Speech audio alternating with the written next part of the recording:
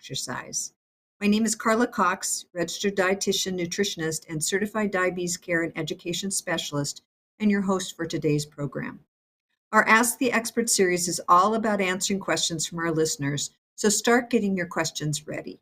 For those of you on the phone, press *3, that's *3 on your keypad, and an operator will collect your question and place you in the queue so that you can have the opportunity to ask your question. To participate online, type your name and question in the fields below the streaming player, press the Submit Question button, and your question will come directly to us. Stay with us through the hour and you will learn useful tips to help you live well on your journey with diabetes. In addition, we invite you to provide us with your feedback in a survey when you leave the event. We will use the information to help us plan for future events. You will be able to participate in the survey by using a link. There are two options.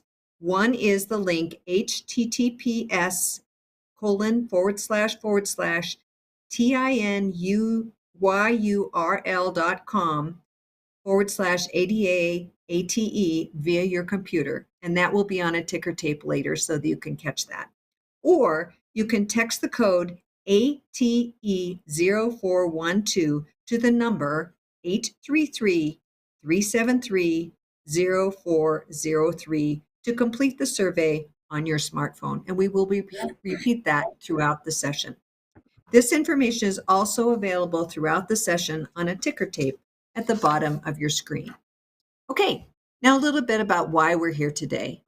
Because of the link between diabetes and heart health, the American Diabetes Association, in collaboration with the American Heart Association, has launched No Diabetes by Heart, with support from founding sponsor Novo Nordisk, as well as national sponsors AstraZeneca and Bayer. The No Diabetes by Heart initiative provides tools and resources for people living with type 2 diabetes to learn how to reduce their risk of cardiovascular disease. As part of the initiative, the ADA is holding this free educational Q&A once a month. We'll cover information and tips to help you take charge of your health. For our most up-to-date information, please visit our website at diabetes.org/coronavirus or call 1-800-342-2383. I am very happy to introduce Lorianne Shear, our expert today.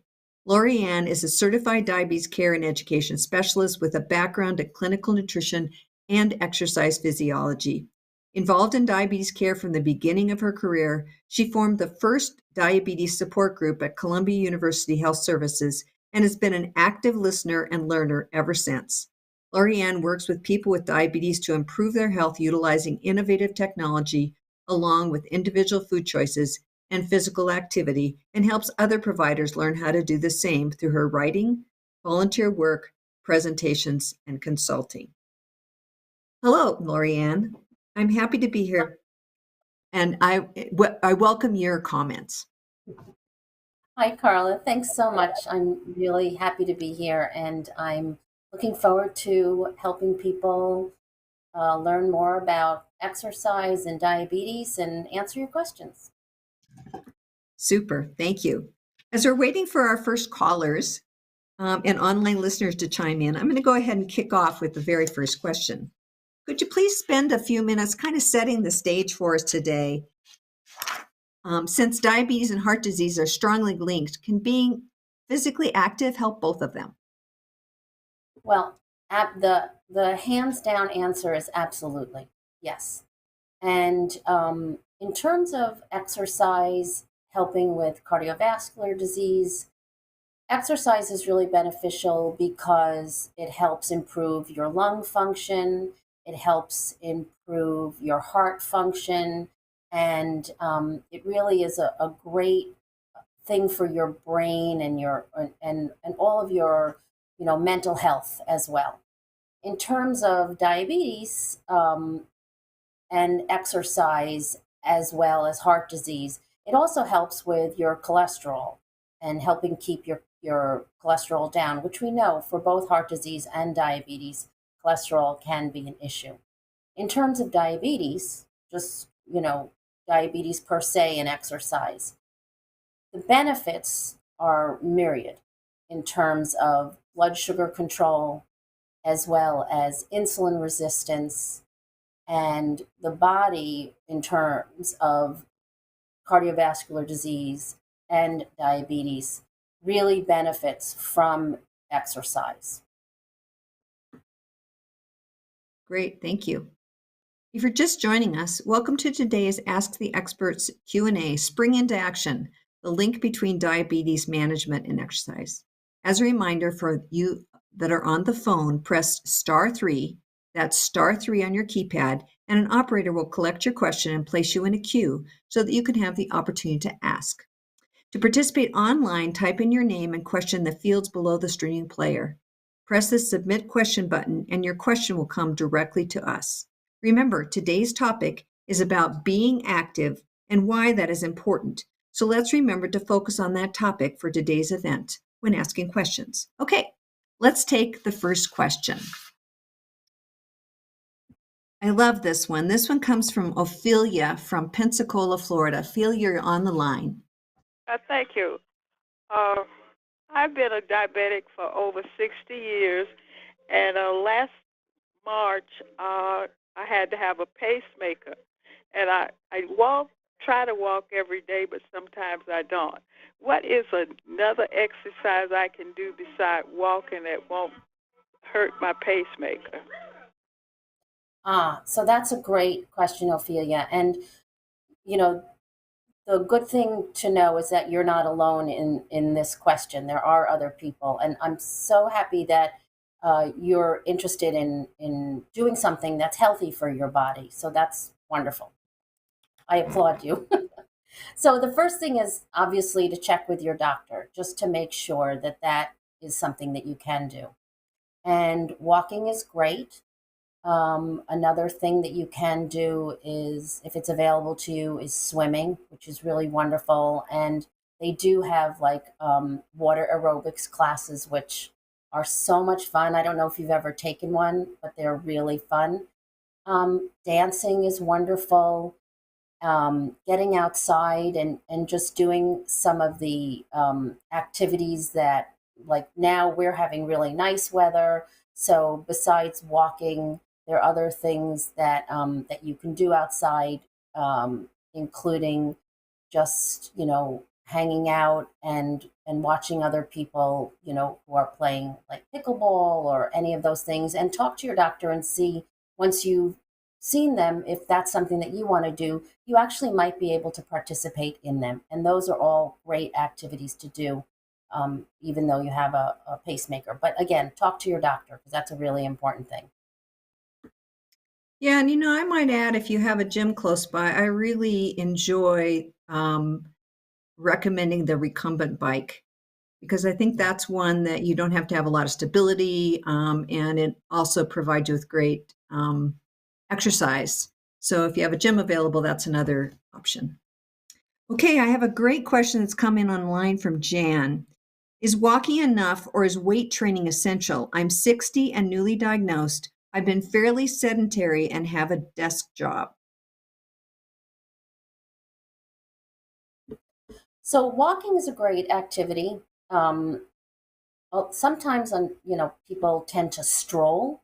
So when you walk, you want to kind of have a good pace with it. Strength training is really incredibly beneficial. And, as we age, unfortunately, our body tends to lose muscle. So strength training would be very beneficial. Now, that doesn't mean that you need to go out and, lift really heavy weights. You can lift smaller weights, and there are some great programs at gyms and at the Y that you can take to learn how to lift weights. The other thing is, lifting weights is great, but you can also do exercises that just use your body weight, and also use resistant bands and stuff like that. So to find out what those are, it's always a good idea to go to a class either at a Y or Silver Sneakers or your local community center, and initially work out with somebody that'll show you how to do that. But I'm really big on strength training, not only for helping with your blood sugars, but also helping with your bone density, and as I said in the beginning, also muscle mass. So strength training is really beneficial for you. Great. We have a question coming in from Parveen from San Jose, California. Parveen, you're on the line. Yes. Hello. Hi. Good morning. My name is Parveen Zaman. I'm from California, San Jose. My question is, I am a very low energetic person. I sometimes cannot walk more than 10 minutes at a time. So is it okay if I walk 3 times a day? And maybe sometimes I don't have, energy to go out. So I walk in the backyard for 10 minutes. And lunchtime, maybe my driveway 10 minutes. And before dinner or after dinner, maybe in my upstairs, I walk 10 more minutes.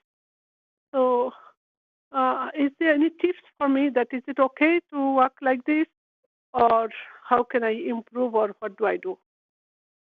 That's wonderful, and kudos to you for finding out things that work for you. What we have found recently is that the combination of exercise over a day or a week or is really very beneficial. So if you can push yourself and walk the 10 minutes each time and then do that periodically throughout the day, that is really beneficial. The other thing, Carla had mentioned the recumbent bike, which is a really great vehicle for getting physical activity, and you're seated and you're supported, and that's awesome for if you have low energy. And there are other also great seated workouts that will be very beneficial. And you can, search online for chair exercises or seated workouts. And those will help you build up your stamina.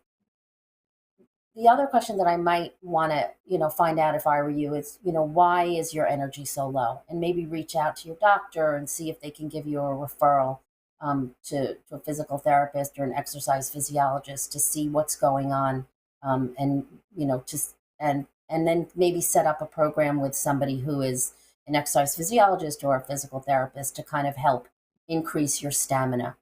But you can definitely put them all together and combine them and get a great workout. And it's great for your blood sugar as well. Good. So we have a question coming in from Anthony from Midland. Anthony, you're on the line. Yes, hi. Yes, I've been insulin dependent since 1976, type 1, and I am now going to be 80 this year before long, and I like to stay active, although I am finding it is more difficult. I mean, I get tired out easier. I know I heard you saying that, muscle mass is important, and I cut firewood. I go for bike rides. I was raking the lawn this morning, but these things anymore, I feel, as compared to even, let's say, a year or two ago, or even this year. But I'm just slowing down, and I don't like it. And I was wondering what I might do to maintain a higher level of energy, ambition, and durability. That's wonderful. And I just think, being insulin dependent since 1971, you've been doing really great with taking care of your health. So that's wonderful to hear. And I think, as we do get older, our energy does start to wane. So the answers that I had given to Parveen before in terms of, finding other activities that are more supported, like the chair exercises and the recumbent bike and stuff like that, when you find that your energy is low, and then take advantages of the times when you feel like your energy is higher, and you can work out. And that might be, have to do with the day. Like you might find that, when you wake up, you may not have a lot of energy, but maybe around lunchtime, your energy level is higher. So take advantage of those times, and, make sure that you're getting enough sleep. Obviously, as we get older, our sleep patterns aren't always as, as stable or as restive as they were when we were younger. But also, I'm sure you go and have your doc check you out and maybe just, have them look a little bit at your heart function and just make sure that everything is working well. And again, I'm just very impressed with your ability to manage your diabetes for so many years. So thank you for calling in. It's wonderful to hear. So, and I think another tip is you're doing a great job, don't quit. So I Good think point. as we Really good age, point. one of the big problems as we age is that we can't skip because then it's harder to go back to the exercise routine. So what you're doing is awesome, and just keep it up. Yeah. And I think that's important, Carla, because one of the things that we lose sight of is that we are meant to be physically active. Our bodies are meant to move. And you're absolutely right. Just because we're getting older, certainly we may not be able to run if we were runners before, but we can, walk and do other things. So that's a really great point. So keep it up. Good job. Yeah, it's great. So we have a question coming in from Valerie. Valerie is from Nevada, California. Hi.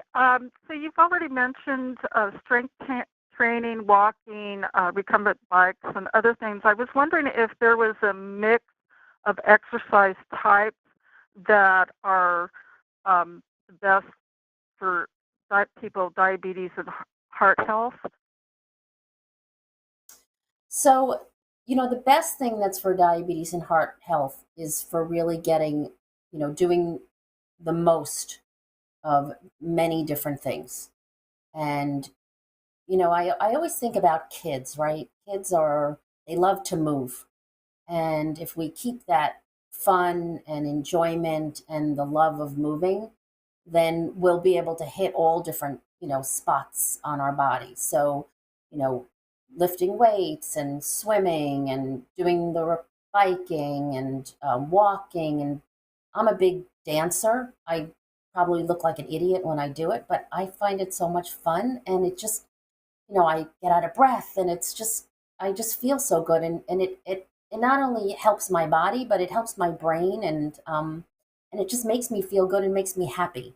So I think whatever you like to do, go for it. And if there's something new, then try something new. And watch other people. Like I said to one of the earlier callers, get outside and watch what they're doing, and then you can always ask them, um, you know, what it is and what do they like about it, and try it. The best thing you could do is move your body, like Carla said, and keep moving our body.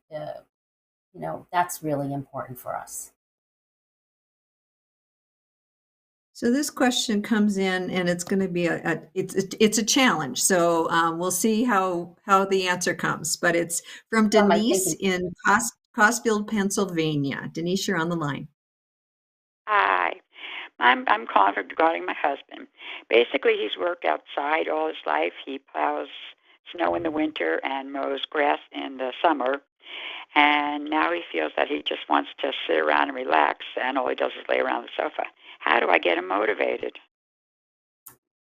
Yeah, that's a real tough one. And I know we all want to help people, especially someone we love very much. Um,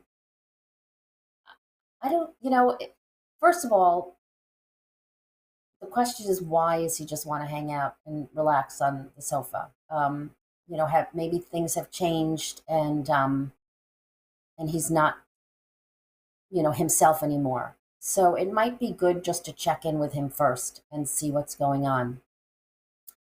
And then the other thing is just to be supportive and listen, and not judge, but tell him you want him around forever and ever and ever. So it would be helpful if he could help you understand why he doesn't want to do anything active. Um, if since he does have diabetes, it would be good for him to see how being physically inactive impacts his blood sugar. And that's easy to see by having him check his blood sugar and then going for a walk and than checking it afterwards. And you can actually see, because you're using the big muscles of your body to move around, and for the most part, your blood sugars will drop, especially if you haven't been active. So I would also try to encourage him to, do it for you. Like if you are interested in going out for a walk, maybe you could encourage him to join you. It's hard, but I think just really listening to him and trying to understand why he doesn't want to do something is really your first step. And trying not to judge, which I know is very hard.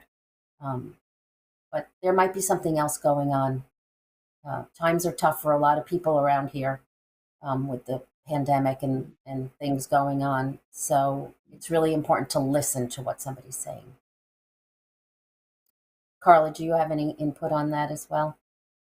No, but I think if he's really not moving forwards, that it would be a good time to have an appointment to see his physician, because some people need a little antidepressant, for example. They may need a little medication just to get him over the hump, especially if he's newly retired. Maybe he's feeling like he doesn't have a purpose anymore. Man, I don't know, but those are things I would definitely talk to the primary care person.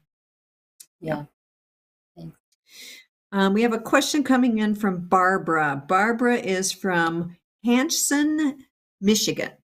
Barbara, you're on the line. Hi, I'm going to be 84 years old next week. My doctor says I'm a young 83-year-old person, but and I'm trying to do my diet and exercise to control diabetes without medication. And I do deep water aerobics when I can, which I couldn't do for a month because I had a huge cut on my finger, and it couldn't go out and bike ride, which those are the two things that I usually do. But my last A1C was 8.1, and my doctor said it was acceptable, but it gave me, I wound up with a bad yeast infection, and I had to go to this other doctor because my doctor was on vacation, and she said, 8.1 is not acceptable, and that's what gave you the yeast infection. So anyway, it's a complex thing, but I live in a 3-story house too, so I have a run up to the bedrooms, down the basement to the laundry room. But I'm fairly active in the summer. I will kayak on our lake. I can get in and out of the kayak. But here this is an 8.1 blood sugar. So what am I supposed to do about that? My body does not like medicine, and I'm afraid to take diabetes medicine because when I was first diagnosed, they gave me metformin, and it felt like they drove a Mack truck into my stomach. It was hurting so bad. So that's why I don't take any medicine. Yeah. Now. So yeah. It does sound like you really are a very young 83-year-old, which I'm so happy to hear that so many active people are calling in today, which is wonderful. Just to address it first and then move it away, and then we can look at your exercise and eating habits. We can address those. But I'm not sure when you were diagnosed, but medication has come a long way. So don't completely and totally dismiss it. But if you can address it through exercise and nutrition, you may want to go back and revisit it because we have a lot more options. Okay, so we talked about that. Now we're moving it aside, and now we'll talk a little bit about nutrition. So one of the first things that I want to talk to you about is reaching out to the doctor who told you that she didn't feel that the A1C was acceptable, and seeing if she can give you a referral to a certified diabetes care and education specialist.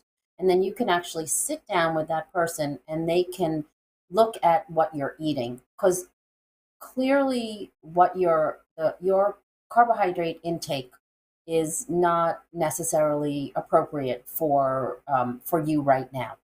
And you may have had education in the beginning, but it sounds like it's been a while now and things have changed.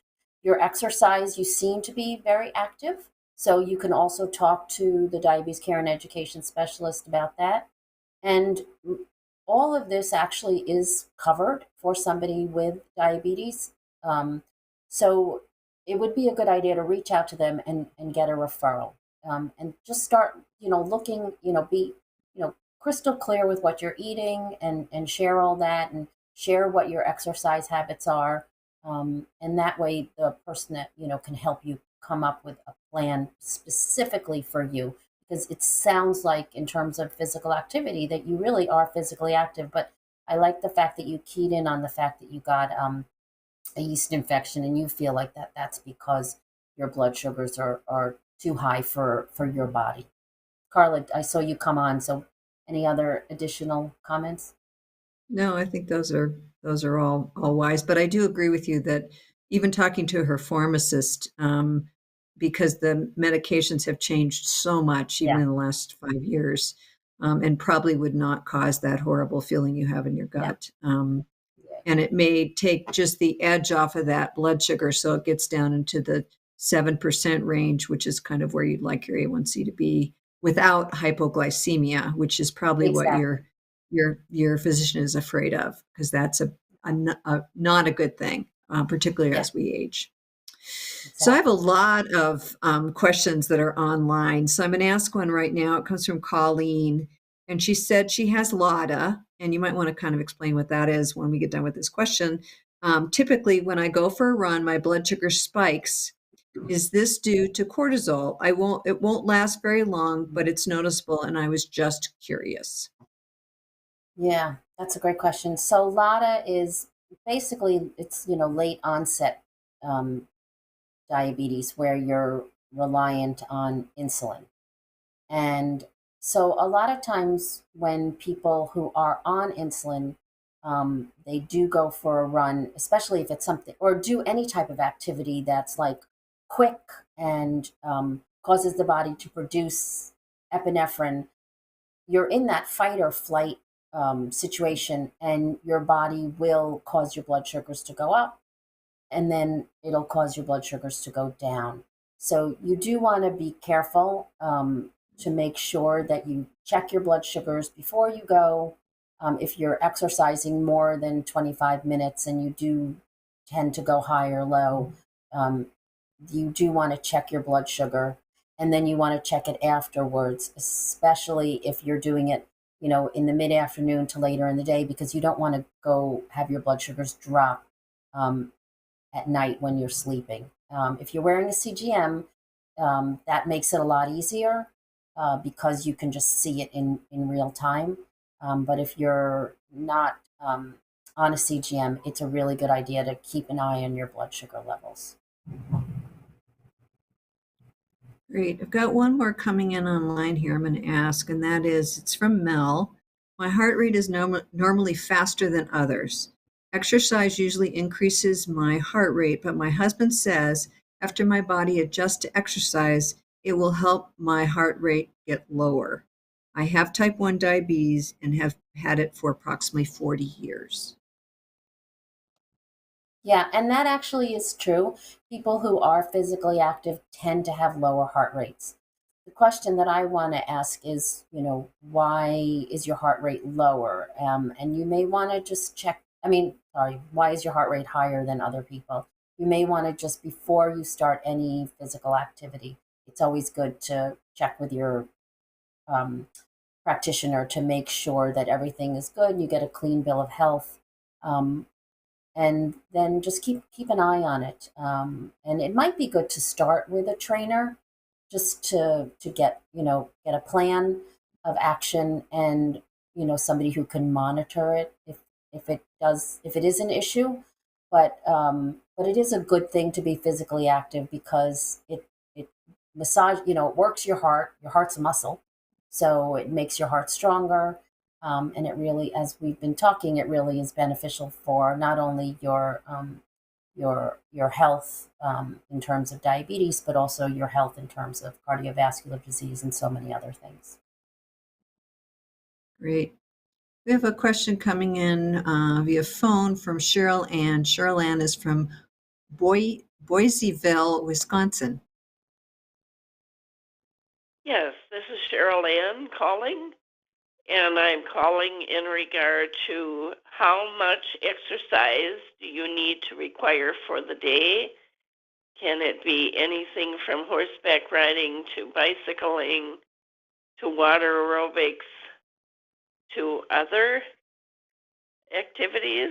And how can you get your AC1 down and your diabetes level down? Great question, Cheryl Ann. Thank you so much.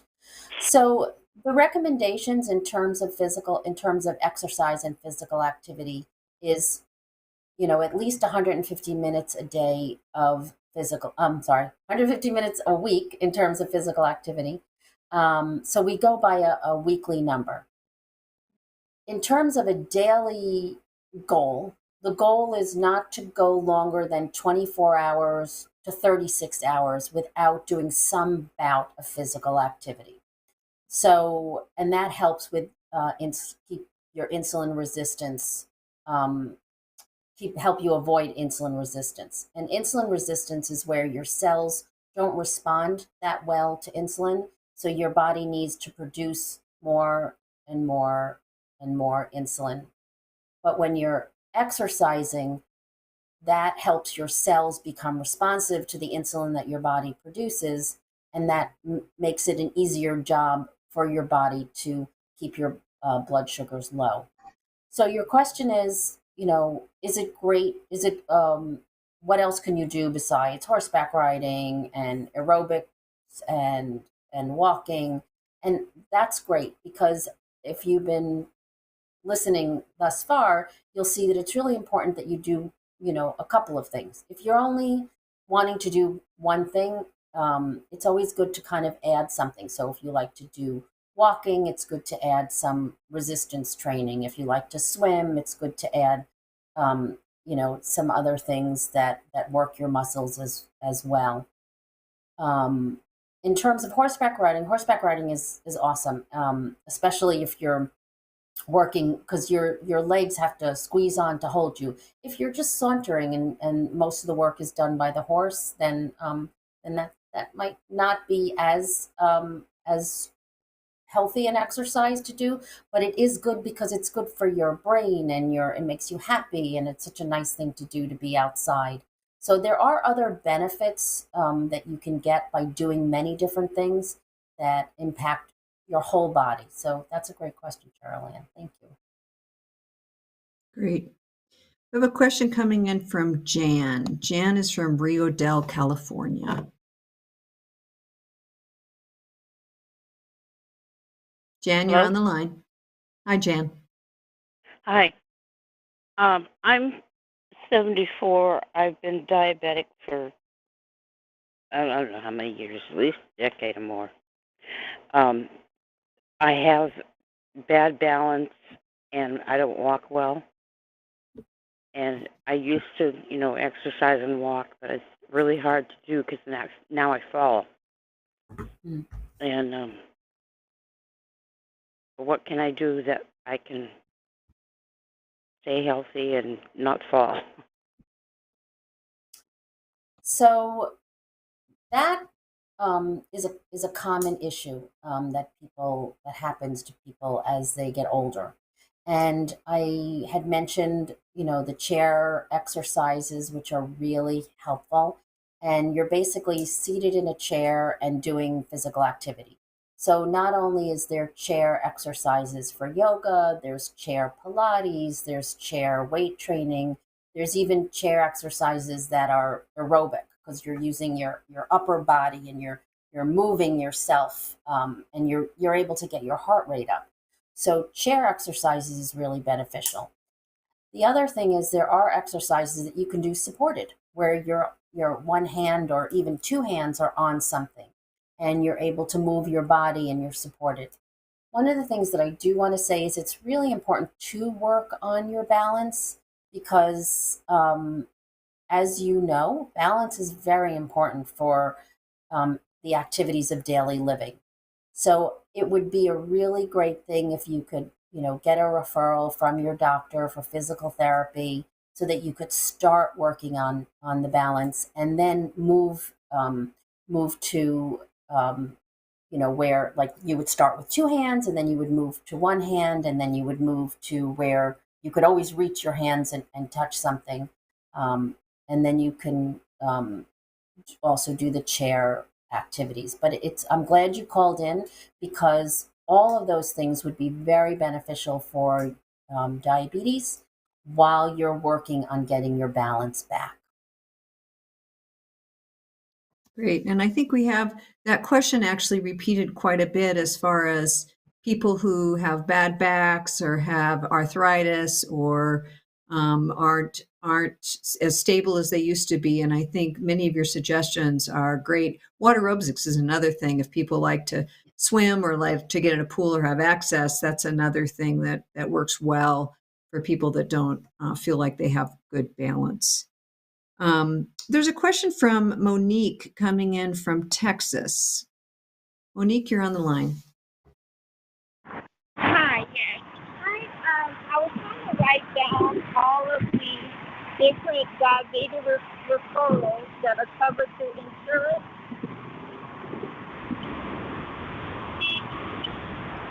So to clarify, she's wanting to know what Can you hear me? insurance, what programs are approved through insurance to help you, correct? Yes? Hi, yes. Can you hear me? Yes. Okay, did you hear? I'm sorry, I'm not sure if you heard the question. Do you want to repeat it, please? Yes, I was interested in all of the different referrals that people with diabetes are covered through insurance. Thank you. Thank you. So that's a great question because I'm sure other people want to know as well. And the best place to start with would be to reach out to your insurance company and find out what they do cover. Some of them cover some in-person programs, and some of them also cover virtual programs. So reach out to your insurance and ask them. I know there are programs like Silver Sneakers and some people's FSA covers programs as well. I don't know your insurance in particular, so I would say the best place to start would be to reach out to your insurance company and find out. Do you have any suggestions, Carla? No, every insurance is so different. One of the things that you can do, particularly if you have any disability issues or injuries, is referral to a physical therapist is always a great idea. They can help you work through any of those ailments and find something that might work really well for you. And that's almost covered by every single insurance as long as there's a doctor referral. So that's another option, or provide a referral. Yeah, and also that makes me think a lot of times they have, going back to other people's questions about, either having back issues or balance issues, the physical Yeah. therapist also can help you how to modify things and can show you how to use various props that'll make exercise safer and just as effective. So that's a great comment. Yeah, and I think we underutilize. I think everyone underutilizes physical therapists and pharmacists. I think those are two areas that you can get a ton of support. Yeah, But certainly with any ailments you have, seeing a physical therapist and the balance issue too, where they can help you with balance, yeah, is great. yeah. Yeah. They're specialists. That's a great suggestion. Yeah. So we have a question coming in from Geneva. Geneva's from Georgia. Hi, how you doing? Good, thank Hello. you. Yes, My how are question you? is, We're all well. I'm good, thank you. Esther. My question is, okay, I walk at home. I do this home walking, and I also go up and down the steps sometimes when I feel like walking up and down the steps. So, how long are you supposed to exercise? And when you exercise, do you take your sugar before you exercise and after you exercise? That's a great question. So yeah, going up and down the steps, walking, those are really beneficial things for you. And the recommendation is about 150 minutes a week is what you want to shoot for. The more you can do, the better. But that's the minimum that the recommendation is. In terms of your question about taking your blood sugar check before or after, I always tell people that if you can, to do it before and to do it after.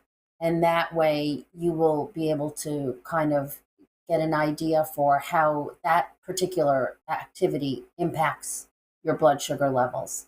And you'll be able to keep yourself safe.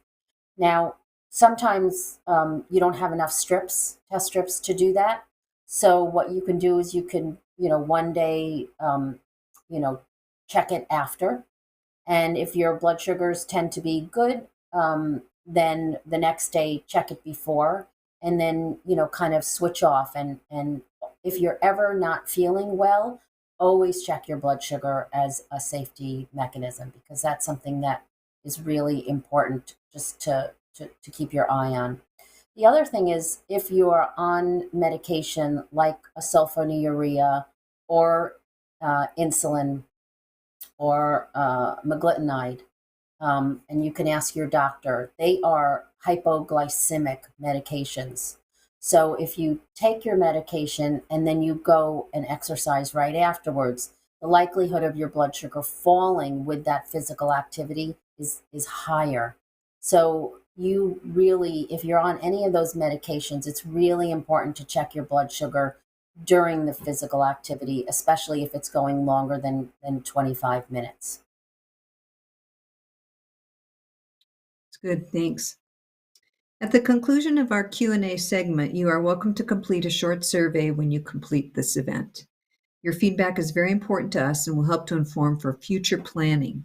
You've been asking great questions. We hope you'll participate in the survey. And the link to the survey will be on your screen and also repeated at the end of this session. So you can get on and take part of it. Okay, we have a question online coming in from David. Do you know which exercises produce the best results as far as lowering your blood sugar? Great question, David. So the exercises that will lower your blood sugar the best are ones that are using your big muscles. So the biggest muscles of your body are your thigh muscles, your quads, and your back muscles, the traps. So any of those activities that are actively using those muscles will cause the greatest decrease in your blood sugar. So that's good to know if your blood sugar is high and you want to lower it. But it's also really good to know if your blood sugar is, hovering around where your doc has given you, don't go below this. And you do want to do physical activity. Chances are you may want to eat a little something before you do any of those activities. So can you mention how lifting weights can impact both blood pressure and blood glucose? Yeah, lifting weights is a really interesting thing, especially when it comes to blood pressure, because in the past we've been a little concerned about with people who have high blood pressure to really be cautious when you're lifting weights. But we have found that somebody who has high blood pressure, who does engage in weightlifting, actually, as a physical activity, it can actually lead to lower levels of blood pressure overall. The trick is to do it properly. So when I say properly, I mean don't lift to your max, which can cause your blood pressure to go up. Don't lift to fatigue, which can also cause your blood pressure to go up.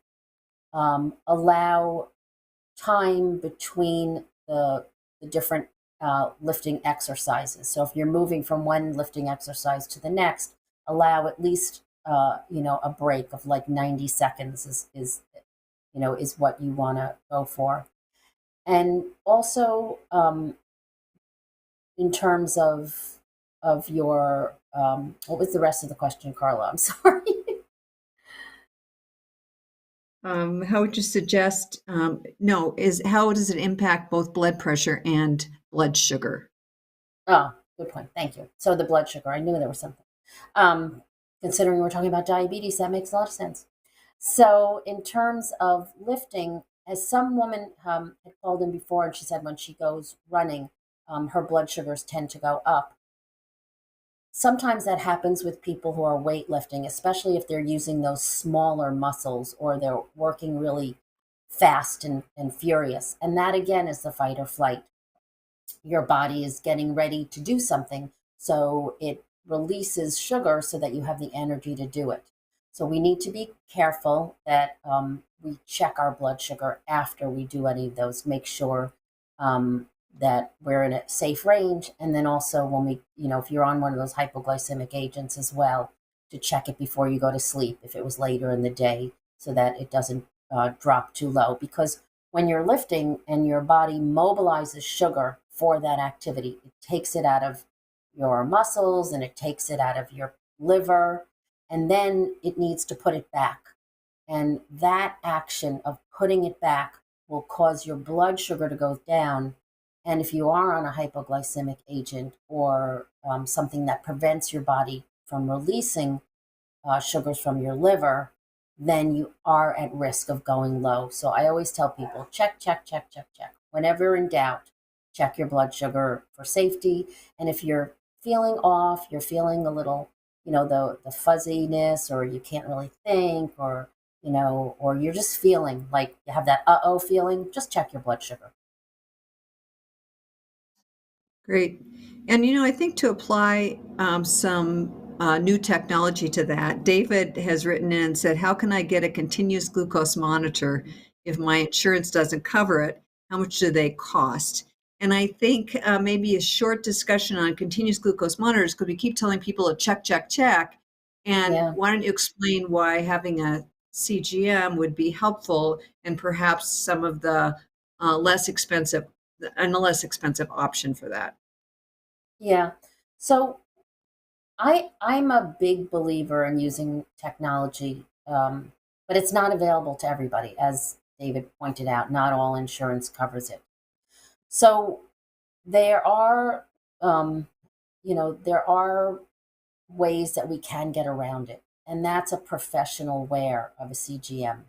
And anybody who has diabetes is eligible for that. And what you do is you go to your doctor and you say, I want to try wearing a CGM just to see what happens. And depending on the type of CGM, they're either a 10-day wear or a 14-day wear. And then what you would do is during that time that you're wearing it, you would be able to see how various exercises, as well as various things that you eat, as well as stress and heat and, how many things can impact your blood sugar. The number is just, we can't even count that high, I think. So the professional wear is a really great way to go. There is a couple of, the Dexcom makes a CGM as well as Abbott makes a CGM. And you can talk to your doctor and see, find out about paying out of pocket, and just and talk to them and see about wearing them. They're a really great visual way to just look and see your blood sugar levels. But just keep in mind that just doing the regular finger sticks and checking your blood sugar is also technology. And if you can't get a blood sugar, a CGM, going the old-fashioned way, that is really a great thing nowadays, because it's so available and there's so many inexpensive ways. It's really a great way to keep track of your blood sugars. And I think too, you don't have to. So let's say you purchase over the counter a CGM.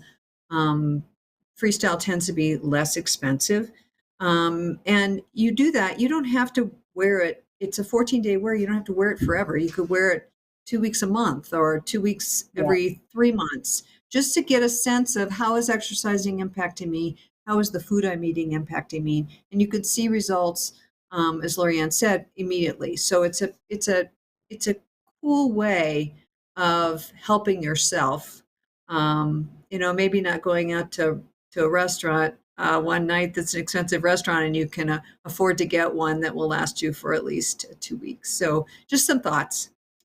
Um, and then there's another question. How would you suggest someone start on an active lifestyle that just doesn't seem to move forward, even with good intentions? Yeah, so, I think this really did come up a lot over the past couple of years. Um, and I always tell people, first of all, be easy on yourself, right? Especially if you haven't exercised in a long time. Give yourself space and just, start doing something. I always say some people love to see things written out. So you could take a piece of paper and or a calendar, and every time you do something physically active, check it.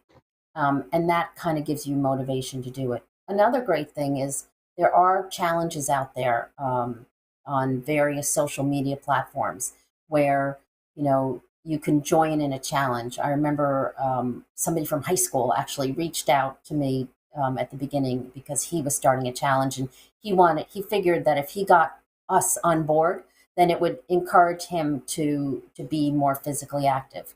So announcing your intentions, and getting other people to support you is a great way to do it. Find things that you like to do. And if you start something and you actually don't like it, then find something else. And you will have those days where you don't feel like working out. So I always tell people to schedule it. Put it on your calendar and schedule it for every single day.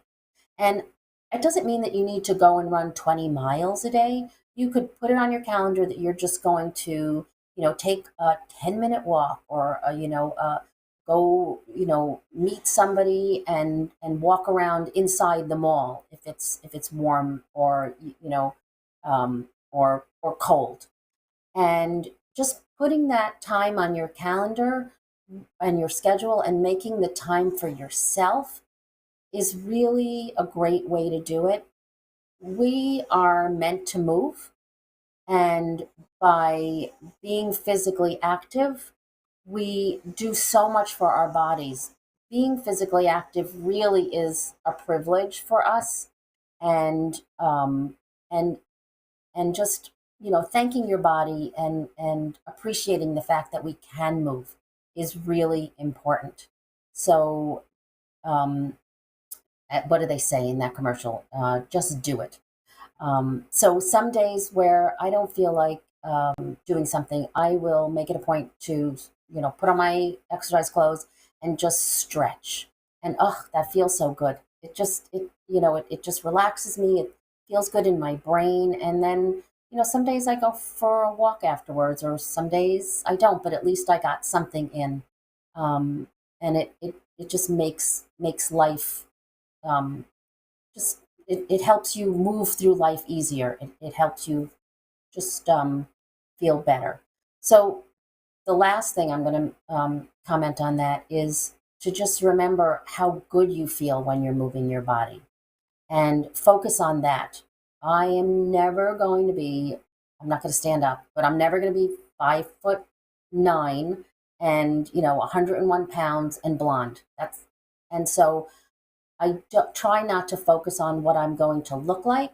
I always focus on how good the physical activity makes me feel. And if you can focus on that, then that really gets you out there and help keep you going on the days when you don't feel like exercising. And we all have those. And so be nice to yourself. Great. We have time for one last question, and I'm going to pull it off from online. We have a ton of online questions here. And this is from Claudia. Claudia says, as a newly diagnosed diabetic, I'm confused as to what range I want my blood sugar to be in during the day, not just when I've been fasting or 2 hours after a meal. If I test myself just before my next meal, what range should I be in? So I would speak to your doctor and find out what the range that the recommended range is, and go for that. Depending on what your other health conditions are, that might be something that is more individualized to you. Carla, help me on this one because I don't really want to give the wrong advice, but in terms of the numbers, what is Well, your I think that the international consensus is that if you have diabetes, you want most of your blood sugars between 70 and 180 most of the time. Not all the time, because nobody can really do that, particularly if you have type 1 diabetes or LATA. But that's the overall recommendation and the hope for most people. And once again, there are exceptions to the rule, but is that the A1C be less than 7 to 7.5. So your average should be there. But the trouble to always looking at the A1C is your blood sugar could be at 300 and at 50. So we're looking at really trying to look at that range of 70 to 180. And if you're in that range most of the time, that's a good thing. right? And in terms of physical activity, if you're going to engage in physical activity, you really don't want to be below 100. So for starting a physical activity, you want to be between 100 and 154. If you're above 154, you can go up to 280, depending on what your guidelines from your doctor is. But the sweet spot is 100 to 154 for it. And again, you can exercise safely up to 280 for most people. Great, thanks. That was our last question. A few items before we close today. Lorianne, could you give us 3 key takeaways? You've been great and given lots of suggestions, but if everybody was to leave with 3 major things, what would they be? Okay. So one of them, I actually wrote them down, so I remember. I actually have 4, but I think maybe I mentioned some of them. I always focus on the positive. Focus on how good you feel when you're doing the physical activity, and keep that in mind, and let that be your motivation. Scheduling exercise into your day is a really important thing, and I actually do that. If you look at my calendar, you'll see I have my exercise schedule. One thing I do have like a jar where I write down things, and one of the things I say is write down how good you feel when you're done working out, like especially on some of those days where you just feel like you couldn't do it, but you pushed yourself and you felt really great. So write that down, put it in the jar, and then on the days where you don't feel like exercising, take it out and read it to yourself. And then the other thing is that, make sure that your feet are in good condition. Feet are really important. We take them for granted, but you want to look at your feet. You want to check out your feet, and you want to make sure that there are no cuts, they're not swollen, and you have good fitting shoes.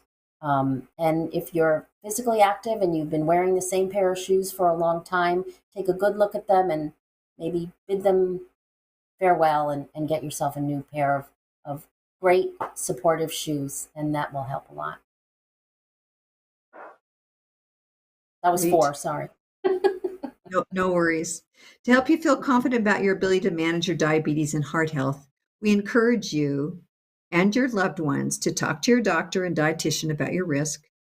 Go to knowdiabetesbyheart.org and learn more.